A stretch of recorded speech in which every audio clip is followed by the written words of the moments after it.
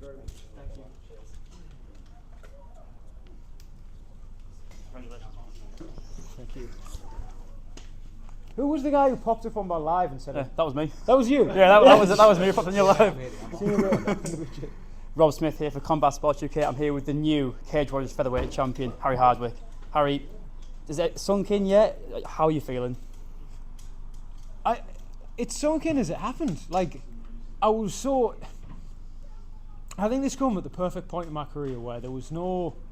Early in my career, I thought I was almost like entitled because I just thought, fucking, I'm amazing, I'm going to be the fucking next best thing. And then I've had setbacks, and then other points in my career I've not been present in fights because I've kind of been like, oh fuck, like my record isn't the best at this point. Like I might not be going where I think I am. I've had like different ups and downs of like too much self-belief, too much self-doubt, and I've never really been as present in a fight as I was tonight. I was present for everything. I enjoyed the warm-up, I enjoyed the walkout, I enjoyed the fucking exchanges, I enjoyed the random fucking mind games, I enjoyed the announcement, I enjoyed everything. And as it was going on, I was just fully present in that moment. And like, I'm almost glad for the setbacks and the fact that the climb to this point has been difficult, because it meant my mind was ready to just be there as everything was happening, and it was amazing. You touched on how you've had so much fun. It was obvious in your performance today, especially in between rounds. I have a little bit of dance for them. You could tell you was having fun in there. And let's start with the walkout. I love that he matched his energy. He was staring you down. I think he must know at some point he's not going to be able to intimidate you. You give it straight back to him. I love that you matched his energy. I knew he was feeling it. Like, you can read too much into things, because sometimes, someone could be shitting themselves and still fight really good. Like, you can't fucking allow that to give you any complacency. But like, I could just see in his body language, right, there's like an element of tension, there's an element of nerves here. I was dancing to his walkout song, I was like mouthing along, and then at some point I realised I don't actually know what the song is and I don't know any of the words. I managed to lock eyes with him a few times, give a few wry smiles. He didn't really match much, but one thing he did do is like, I like this. Just before the fight, he kind of pointed at the floor. Before we got squared up with Mark Goddard, he pointed at the floor, and his facial expression changed a little bit, and I was like, yeah, he's into this.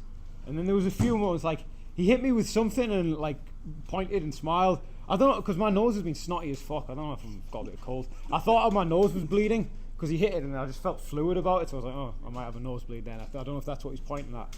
But yeah, it was fun. And then there was actually a point, I don't know if any of the mics will have picked this up. We had an extended clinch in the first round, and I just started talking his ear off. Like, I was chatting so much shit. I was just like, I respect you, but this is my time, these are my people, I'm going to fucking win. There's no way you can win tonight. I even said I admire what you're doing in Groningen. It's similar to what we're doing in Middlesbrough. But this is my fucking, like, I'm winning tonight, you're not winning this. I had this full extended dialogue, and he didn't repeat a single word back to me, and that's when I kind of knew he was a bit gone. And then I landed a body shot at the very last second of the first round, and noticed him keel, and then that's where I thought, right, mentally he's checking out a bit. I've got 4 more rounds, but mentally there are big cracks showing. So that's why I started dancing like a bellend. But he wasn't looking, because he was a bit. He was staring at the floor, and I was like, I just want to fucking lock eyes with him, right? So he can fucking see that I'm fucking having fun, and he's not. And he just stared at the floor. So I was dancing like a twat for ages, and then finally he looks up and clocks it, and then looks back down. I'm like, thank fuck.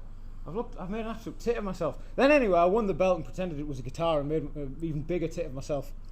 Obviously, you mentioned Middlesbrough and your brother George. Me being a fellow Teesside myself from Stockton, it was unbelievable to see you get the win. I was so chuffed. There was no one. I mentioned it before the fight started. There was no one who I wanted to interview more than you. That's why I popped on your TikTok live, making sure I was getting this interview. There was no way I was not getting this interview. I should say massive congratulations, and I'm surprised no one else has asked you what is your favourite type of Parmo.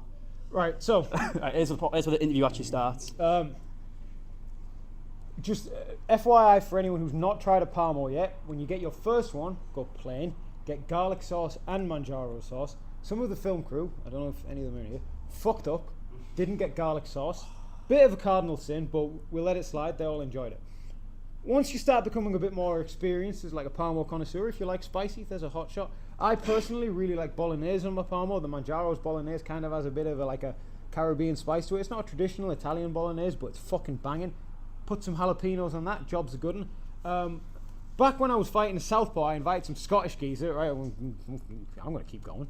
But I invited some Scottish geezer to come and spar. And, as a thank you, took him to Manjaro's. And Adnan, the legend who runs Manjaro's Express, the first ever student at MFA, actually.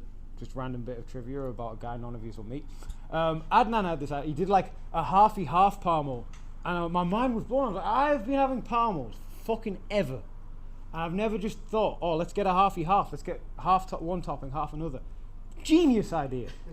So I think I'm going to go bolognese one half, I don't know, fucking chicken tikka next half, because you can get them with like chicken tikka on top. I think that's what I'm going to do when I get back home. I don't know, I'm fucking buzzing. I need to get some bechamel in my veins. I'm far too healthy at the minute. My nutritionist, Dr. Sean Aspinall, yeah, he's related to Tom, has done a fucking good job getting me in shape for this fight. I'm incredibly healthy, and I'm just going to not reply to any of his messages about food for the next little while. I think that's a perfect way to end it. Harry, massive congratulations. Thank you very much. Up the fucking borough. Up the borough! Up the borough! Spot on. Get a picture. Yeah,